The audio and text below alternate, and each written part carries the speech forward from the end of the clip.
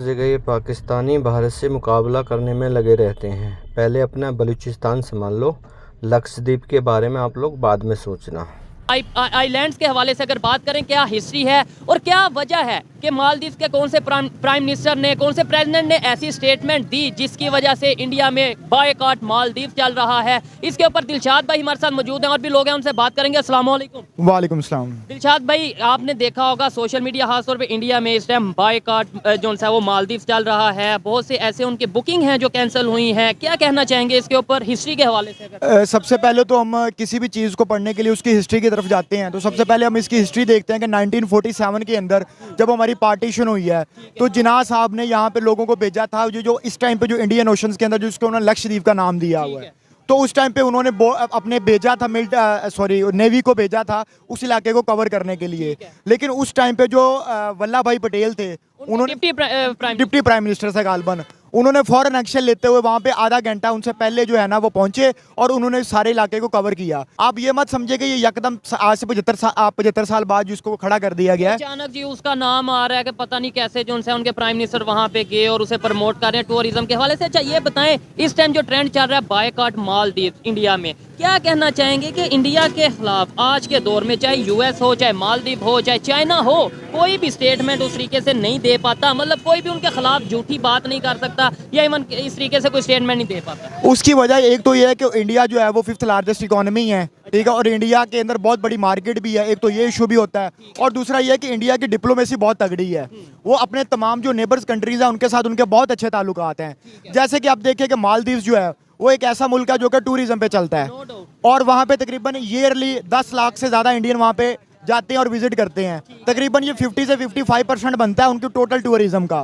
तो आप खुद 50% ऑलमोस्ट जो उनका टूरिज्म से रेवेन्यू होता है वो इंडियंस देते हैं। और अभी इन 48 घंटों के अंदर उनके एक जो है ना वो एक रेडिकल किस्म की एक इस्लामिक गवर्नमेंट आई है, जिन्होंने आके जो है ना वो एक स्टेटमेंट दिया उनके एक मिनिस्टर ने कि जो है वो इंडिया जो है वो ऑस्ट्रेलिया का इसराइल का पपिट है, ठीक है। तो उसके बाद इन्होंने जो है ना वो प्राइम मिनिस्टर मोदी जो है वो गया, उसने जाके विजिट किया है, और ये एक बहुत अच्छा साइन है। उसने जाके विजिट किया, लोगों को पता चला और उसकी अहमियत लोगों के सामने उजागर हुई। अहमियत मैं कहता हूँ इस टाइम पूरे सोशल मीडिया इंटरनेशनली वो ट्रेंडिंग पे चल रहा है। दूसरे नंबर पे उनके सिर्फ प्राइम मिनिस्टर का, जो मेरी अपनी एक ओपिनियन है, उनके सिर्फ प्राइम मिनिस्टर का रोल नहीं है, उनके पॉलिटिशियन, उनके अगर हम क्रिकेटर देख लें, इवन उनकी पब्लिक देख लें, वो किस तरीके से इस ट्रेंड को सपोर्ट कर रही है, अपने कंट्री को सपोर्ट कर रहे हैं। भाई से पूछूंगा, हम क्यों नहीं अपने कंट्री को सपोर्ट करते? क्या आपको लगता है कि हम पाकिस्तान में रह के पाकिस्तान के जो एरियाज हैं उन्हें प्रमोट करते हैं, सपोर्ट करते हैं? आपके ख्याल से पाकिस्तान को सपोर्ट करते हैं, लेकिन कुछ एरिया है जिनको हम प्रमोट नहीं करना चाह रहे।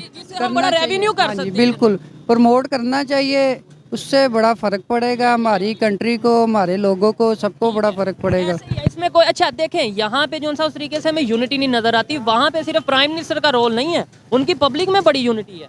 देखिए ये जो लक्षद्वीप वाला एक मामला हुआ ना, ये आज से तकरीबन 1.5 साल पहले रेडियो पे गालबन प्राइम मिनिस्टर मोदी जो है एक प्रोग्राम करते हैं मन की बात, उनमें उन्होंने जिक्र किया था आज से 1.5 साल पहले। और ये जो मालदीव वाला इशू अभी जो रिसेंटली हो, उसकी रीज़न ये है कि मालदीव्स का जो झुकाव है वो चाइना की तरफ थोड़ा ज़्यादा हुआ है, और वो थोड़ा सा इंडिपेंडेंट होने की उन्होंने कोशिश किया कि हम किसी तरह इंडिया से जान छुड़वा के या उनको थोड़ा पीछे करके हम चाइना की तरफ अपना रुझाव करें। तो उस वजह से अब पिछले 48 घंटों में आप ये हिसाब लगा लें 3 से 4 हज़ार टिकट्स जो हैं, एयर टिकट्स, वो कैंसिल हो चुकी है मालदीव्स की। 10,000 के करीब होटल बुकिंग्स कैंसिल हो चुकी हैं।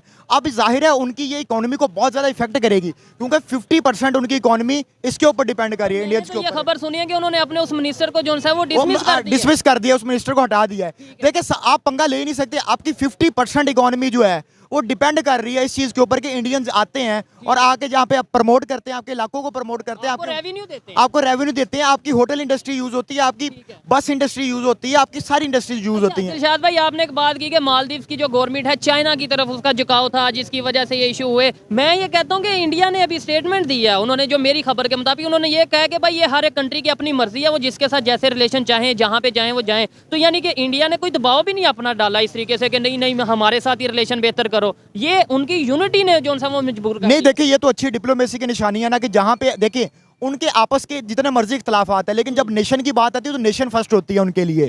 और हमारे जो अंदरूनी इख्तलाफात हमारे लिए क्या फर्स्ट? हमारे लिए फर्स्ट कभी कोई कहता है कि हमारे लिए कुछ पॉलिटिकल पार्टीज जो हैं वो उनका एक अपना एजेंडा है, एस्टेब्लिशमेंट का अपना एक एजेंडा है, और जो हमारा इस्लामिक पार्टीज हैं उनका एक अपना एजेंडा है। तो हम तो इधर ही जो लोग मौजूद हैं उनसे पूछ लेते हैं कि हमारे लिए क्या, हमारे लिए नेशन फर्स्ट है या फिर मजहब फर्स्ट है? आपके ख्याल से मजहब पहले है या नेशन पहले है?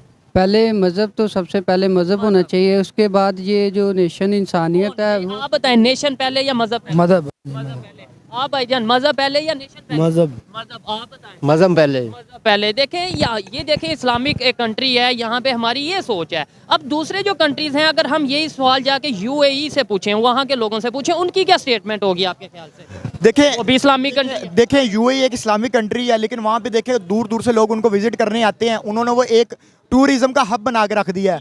हालांकि उनके पास तो सिर्फ सैरात है, उन्होंने इंफ्रास्ट्रक्चर जो था उनको इतना डेवलप कर दिया कि लोग वहाँ पे आते हैं। अब हमारे यहाँ देखें कि हमारे जो नॉर्दर्न एरियाज हैं, हमारा गिलगित बल्तिस्तान जो है, एस्तौर जो है, ये बहुत खूबसूरत इलाके हैं, ठीक है, लेकिन अब वहाँ पे क्यों नहीं टूरिज्म आती? 3 बड़ी वजह हैं। एक तो वहाँ पे हमारा होटलिंग का कोई इतना अच्छा निज़ाम नहीं है, दूसरा सिक्योरिटी के मसाइल हैं, और तीसरा सबसे इंपॉर्टेंट मसला जो कि थोड़ा टेक्निकल है, समझने की ज़रूरत है। अब जब पाकिस्तान बेशक एक इस्लामिक रियासत है, लेकिन पाकिस्तान के अंदर जब एक गैर मुस्लिम आएगा तो वो इस्लामिक लॉज को फॉलो नहीं करेगा। डेफिनेटली। ठीक है, उसे ये पता होगा कि यहाँ पे 99% लोग यही कहेंगे कि हमारे लिए मजहब फर्स्ट है, तो इसका मतलब है वो कहीं ना कहीं वो फिर सोचेगा कि भाई मेरे लिए क्या, अपनी जान फर्स्ट है या कुछ अपना टूरिज्म फर्स्ट है। देखें, हाँ ठीक है, तो उस पर इस्लामिक लॉज आप नहीं अप्लाई कर सकते, ठीक है, वो उसके जो अपने लॉज हैं वो उसको लेके चलेगा।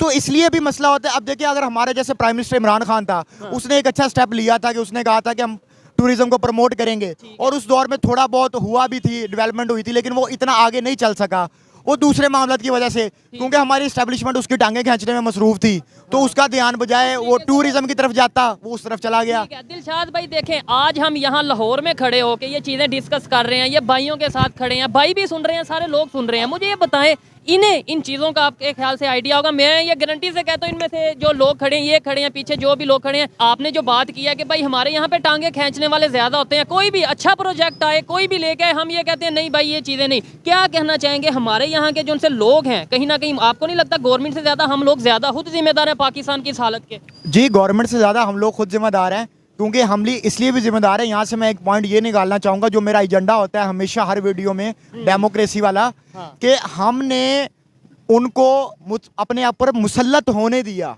40 साल हमने अपने ऊपर मुसल्लत होने दिया, ये हमारी सबसे बड़ी गलती है, और लोगों की गलती है, लोगों की गलती है, हमारी गलती है, आपकी गलती है कि हमने उन लोगों को मुसल्लत होने दिया और एक डेमोक्रेटिक गवर्नमेंट को नहीं चलने दिया गया, और इसका खमियाजा हम अगले 100 साल भुगतेंगे।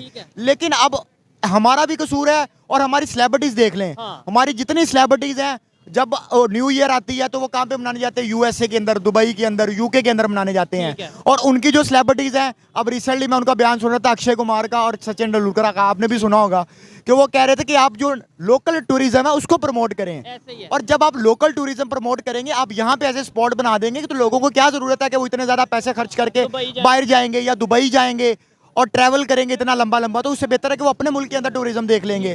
तो हमारे यहाँ इमरान खान ने कोशिश की थी। और दूसरे नंबर पे मैं ये कहना चाहूंगा कि इस बात से मैं 100% एग्री करता हूँ कि हम हमेशा ब्लेम कर देते हैं गवर्नमेंट जिम्मेदार, इमरान खान, नवाज शरीफ, सरदारी, पता नहीं कौन कौन जिम्मेदार, मैं हम अपनी जिम्मेदारियों की तरफ नहीं आते। अब अगर ये देखें, ये जो सा मालदीव है, उन्होंने जिस तरीके से अपनी जो स्टेटमेंट थी वो वापस ही ली ऑलमोस्ट, कि भाई हम वापस लेते हैं ये स्टेटमेंट जो उन्होंने, क्या कहना चाहेंगे, सस्पेंड कर दिया, क्या ये इंडिया की डिप्लोमेटिक विन नहीं है?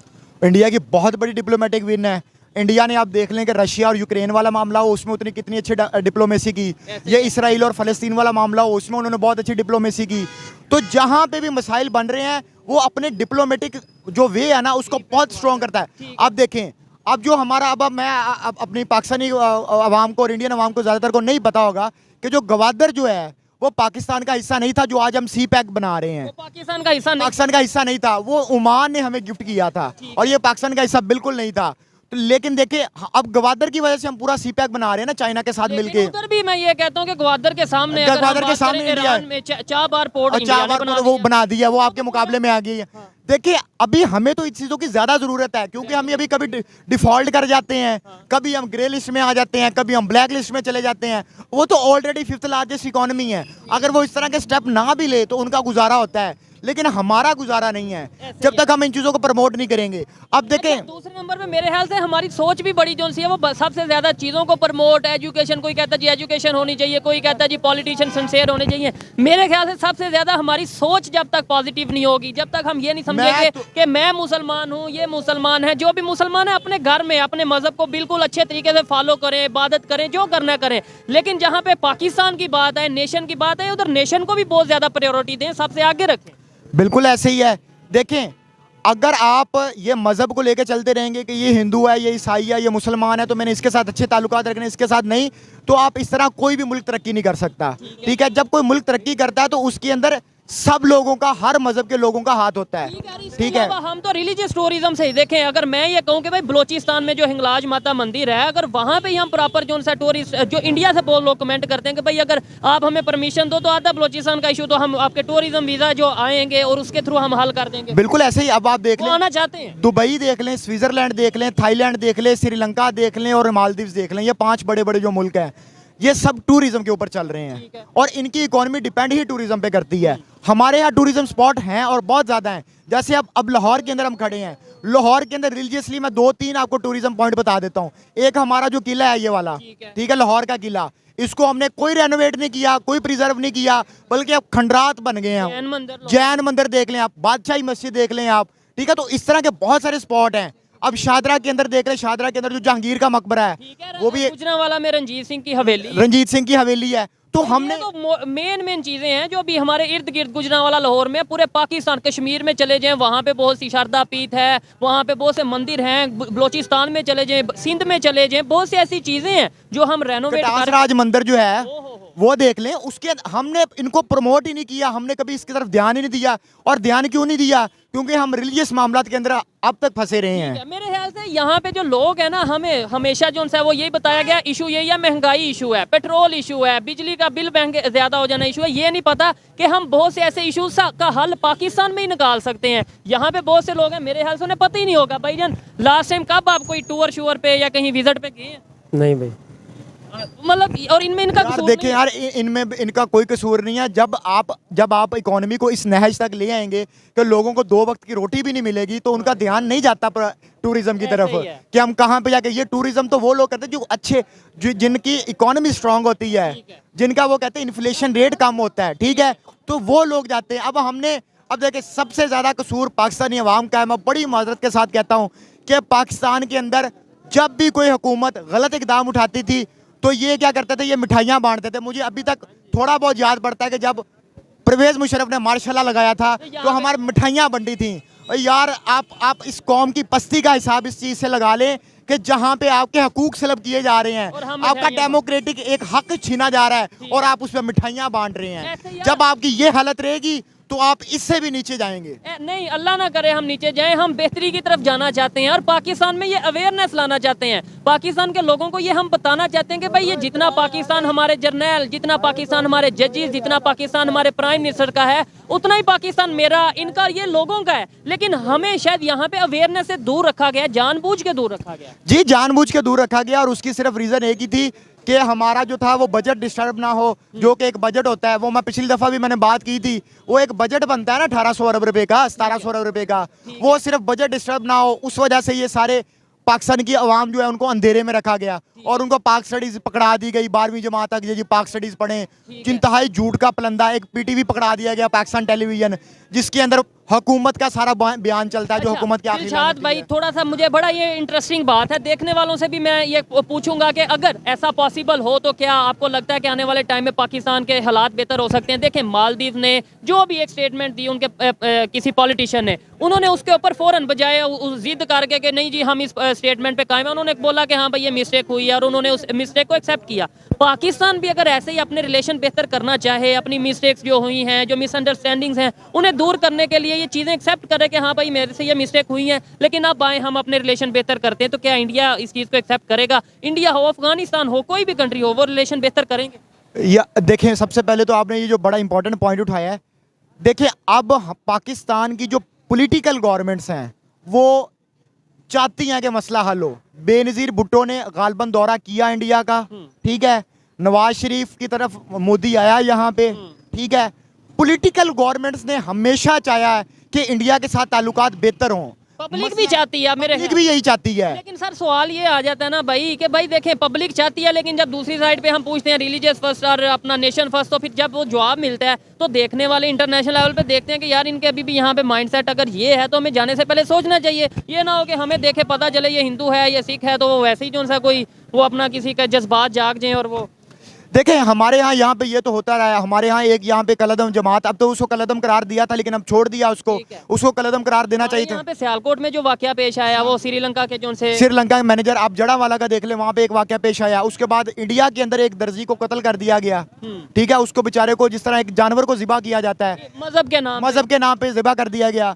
तो यार ये तालीम जब आप लोगों को देंगे और यहाँ के सो कॉल्ड मुल्ले जिनका रोजी रोटी दीन के साथ जुड़ी हुई है, जब वो इस तरह की आके मिंबरों पे बैठ के यहाँ पे तकरीरें करेंगे, लोगों के जज्बात उभारेंगे, तो ये सारे लोगों को नहीं हम ऐसा कह सकते। जो लोग गलत कर रहे हैं या जो लोग मिसगाइड कर रहे हैं पब्लिक को, उनके हवाले से हम ऐसी स्टेटमेंट दे सकते हैं। अस्सलाम वालेकुम।